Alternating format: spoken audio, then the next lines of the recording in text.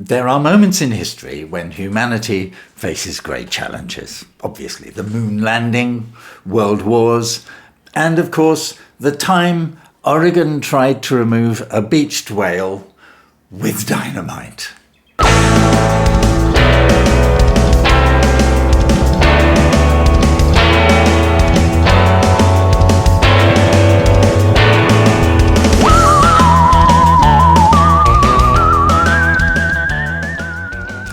It was November 1970, and the good people of Florence, Oregon, that's in America, by the way. I can tell you exactly, actually. Florence, Oregon. Florence is a coastal city in Lane County in the US state of Oregon. It lies at, oh heavens, it lies, I'm going to get this wrong. It lies at the mouth of the Siuslaw River on the Pacific Ocean. Now, I know Oregonians are going to have a go at me for pronouncing that wrong. You can leave a comment telling me how to pronounce it correctly. In fact, probably have a go at me for calling you Oregonians. Is it something else? Oregonans or something? People from Oregon, anyway, can tell me how to pronounce the name of that river properly. By the way, if you can hear a noise, it's a goat. Honestly, there's a goat outside making a lot of noise. Ignore it. Anyway, this is the time when the good people of Florence, Oregon, awoke to a rather large problem. Literally, a massive 45-foot, 8-ton sperm whale had washed up on the shore. It was dead, of course. I mean, it wasn't sunbathing or something. It was dead. And like all dead things, it had begun to slowly, the rot is the word. Rot. It had begun to slowly rot. The process of decomposition had started. Now, if you've never encountered a decomposing whale, Now, if you've never encountered a decomposing whale, consider yourself very lucky. It is nature's most revolting. It is nature's most revolting air freshener. First, the smell begins like old fish left in the sun. Then, as time passes, it morphs into something scientists call ungodly. It lingers in your clothes, your hair, your very soul. People half a mile away started wondering if the apocalypse had arrived, but only for their nostrils. To make matters worse, whales are essentially, how would you describe it, organic balloons filled with pressurized gases that have nowhere to go, except eventually everywhere. And once they do go, it's an experience that no one forgets or fully recovers from. So, in view of this situation, the brightest minds get to work.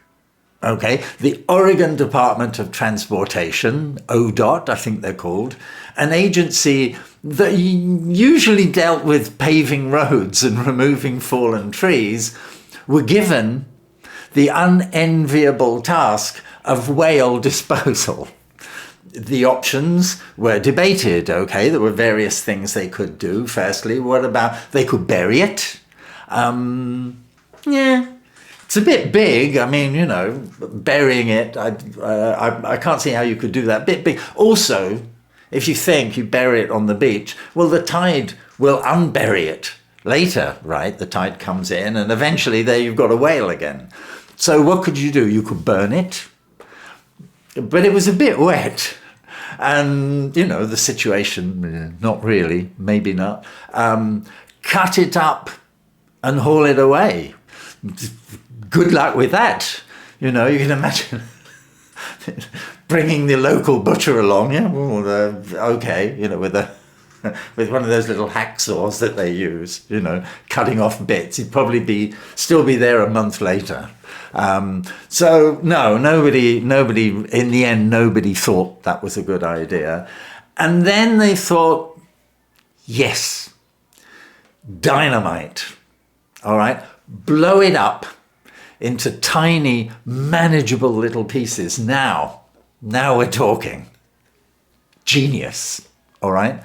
So a highway engineer was put in charge of the plan, okay? His thinking was simple. We'll blow it up, and there will be all these little small bits, and the seagulls will eat them. Of course they will. I mean, they eat everything else. When I've ever sat on a beach with a plate of fries or something, the seagulls immediately attack me. So they'll eat this, little bits, okay. In retrospect, the seagulls will eat the small bits was a level of optimism rarely seen outside of Hollywood. You know, I mean, nice idea, but...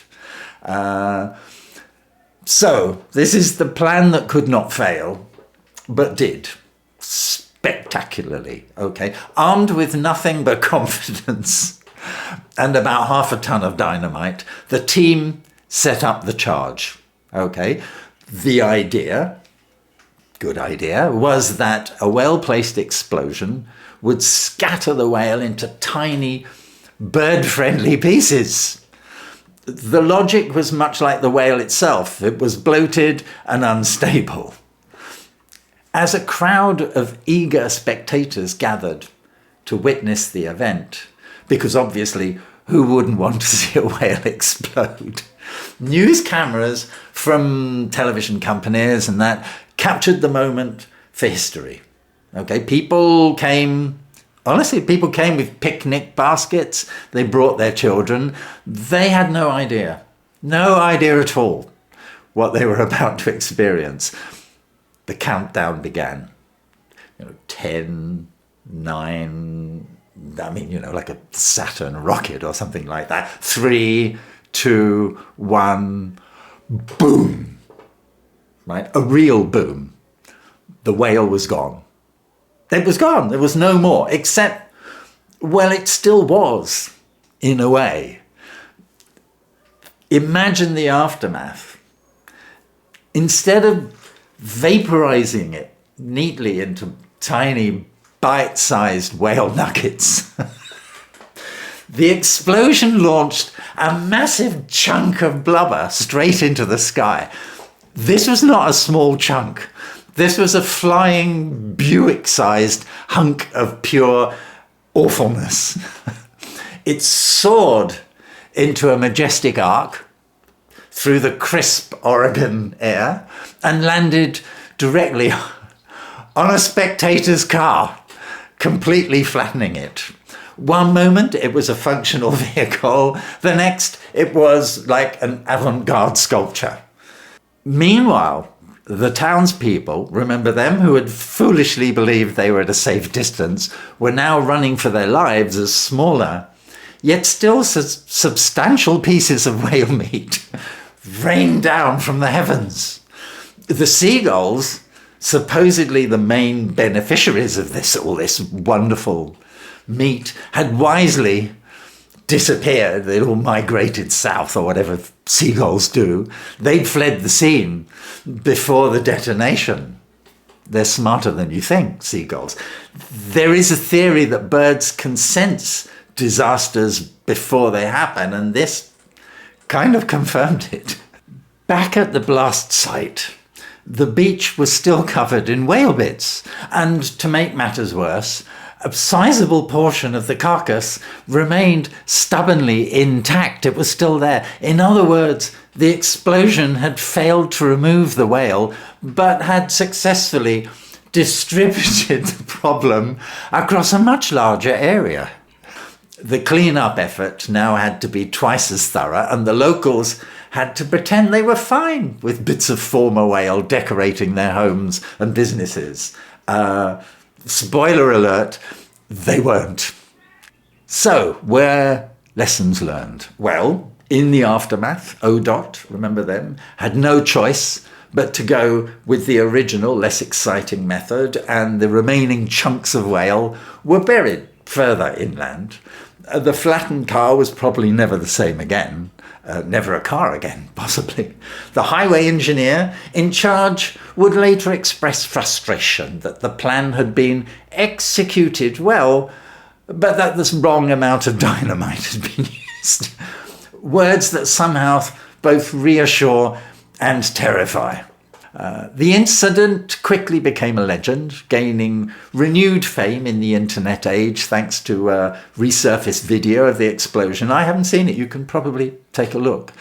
To this day, Oregon has not attempted another whale detonation, proving that while history repeats itself, sometimes it learns first.